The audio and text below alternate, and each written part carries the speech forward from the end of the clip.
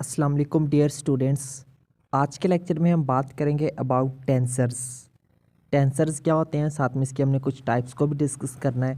तो सबसे पहले तो हम स्टार्ट करेंगे इसको इसकी डेफिनेशन के साथ कि आखिर हमारे पास टेंसर खुद क्या होता है। ठीक है, बाद में इसकी टाइप्स को भी डिस्कस करेंगे। सो स्टार्ट करते हैं हम इसको इसके इंट्रोडक्शन के साथ। तो इंट्रोडक्शन में है a mathematical object analogies to vector represented by an array of components that are functions of the space coordinate is called tensor। अब बेसिकली टेंसर क्या होता है? अब मैथमेटिकल ऑब्जेक्ट, एक हमारे पास एक मैथमेटिकल ऑब्जेक्ट होता है। ठीक है, एक मैथमेटिकल टूल होता है एनालॉजिस टू वेक्टर रिप्रेजेंटेड, यानी कि जिसको हम वेक्टर, किसी भी वेक्टर को रिप्रेजेंट करने के लिए इस्तेमाल करते हैं। कब?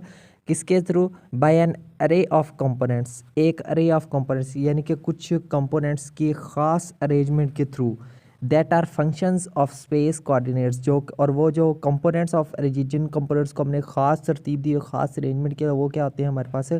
स्पेस कोऑर्डिनेट्स के फंक्शंस होते हैं। तो उनको हम क्या, उन मैथमेटिकल ऑब्जेक्ट्स को हम क्या कहते हैं? टेंसर्स कहते हैं। ठीक है, तो उसके बाद मज़ीद यहाँ से देखें, a tensor is a function of N vectors into real numbers, it is donated by. ठीक है, सबसे पहली बात तो जो टेंसर्स होते हैं वो क्या होते हैं हमारे पास? फंक्शन ऑफ, अगर हमारे पास ये फंक्शन ऑफ एन वेक्टर्स होते हैं। ठीक है, सो और इसको जो डोनेट है वो A raise to the power mu से किया जाता है। ठीक है, तो टेंसर हमारे पास किस चीज़ के बराबर होगा? टेंसर हमारे पास इस इक्वेशन के बराबर होगा। ठीक है, और यहाँ पे जो म्यू है इसकी वैल्यू क्या है?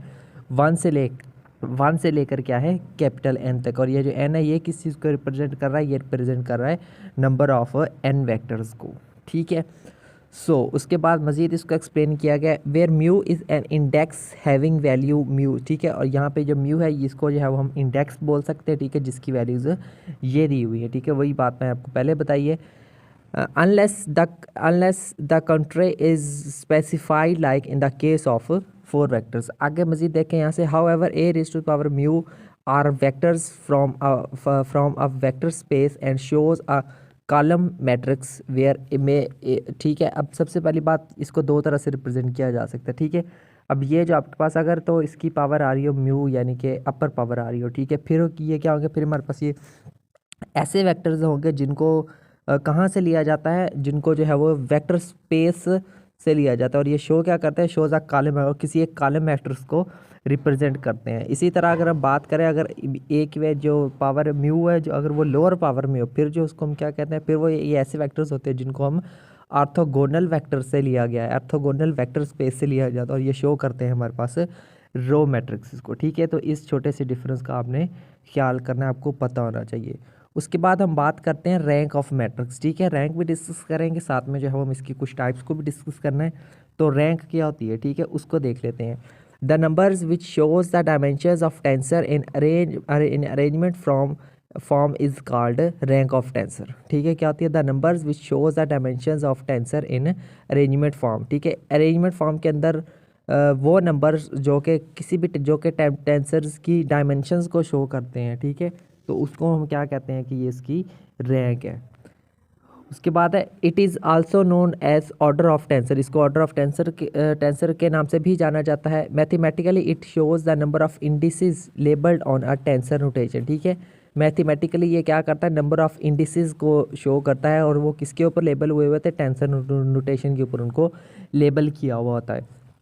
It is also the sum of covariant and contravariant indices. ये हमारे पास जो वो बेसिकली सम होता है कोवरिएंट और कंट्रावेरिएंट फॉर इंडिसेस का। बट यहाँ से मज़ीद देखेंगे, but actually rank of a tensor gives the number of directions of a tensor. लेकिन जो हमारे पास जो रैंक होती है किसी भी टेंसर की, वो हमें क्या बताती है? Number of directions of a tensor.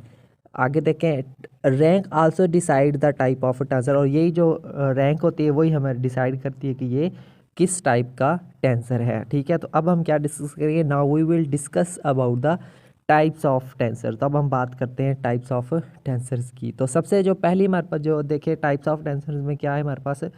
There are many types of tensors which are given. बोल इसकी काफ़ी सारी टाइप्स होती है, जिनमें से कुछ जो है वो यहाँ पर डिस्कस की गई हैं। ठीक है, तो सबसे जो पहली टाइप है वो है हमारे पास रैंक ज़ीरो। ठीक है, उसको हम स्केलर भी बोलते हैं। तो रैंक ज़ीरो टेंसर क्या होते हैं, जिसको हम स्केलर के नाम से भी जानते हैं?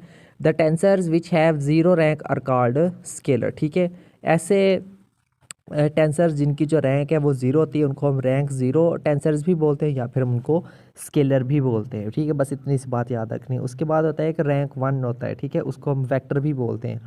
नाम से पता चल रहा है the tensors which have rank one are called vector. तो ऐसे टेंसर्स जिनकी रैंक वन होती है उनको हम रैंक वन टेंसर्स भी बोलते हैं या फिर हम उनको सिंपली वेक्टर्स भी बोलते हैं। उसके बाद है रैंक टू, ठीक है, उसको हम जो है वो टेंसर बोलेंगे। ठीक है, सो रैंक टू क्या होते हैं the tensors which have rank two are called dyads. ठीक है, अब ऐसे टेंसर्स जिनकी जो है वो दो रैंक होती है उसको हम क्या कहते हैं, डाइएट्स कहते हैं। इस टेंसर की जगह पे आप अगर यहाँ पे लफ्ज़ ये वाला यूज़ कर लें डाइएट्स तो ज़्यादा मुनासिब रहेगा।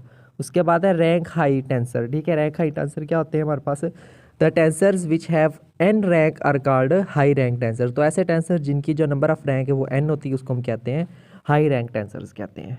ठीक है स्टूडेंट, तो ये था हमारा आज का लेक्चर जिसमें हमने टाइप्स ऑफ रैंक को डिस्कस किया है, सॉरी टाइप ऑफ टेंसर को डिस्कस किया है, रैंक ऑफ टेंसर की बात की है। ठीक है, और साथ में हमने जो है वो टेंसर को भी इंट्रोड्यूस किया है, इसको डोनेट किससे किया जाता है, इसको मैथमेटिकली इसकी रिप्रेजेंटेशन किया है ईटीसी। ठीक है, तो मिलते हैं नेक्स्ट लेक्चर में किसी और टॉपिक के साथ। तब तक के लिए टेक केयर एंड अल्लाह हाफिज़।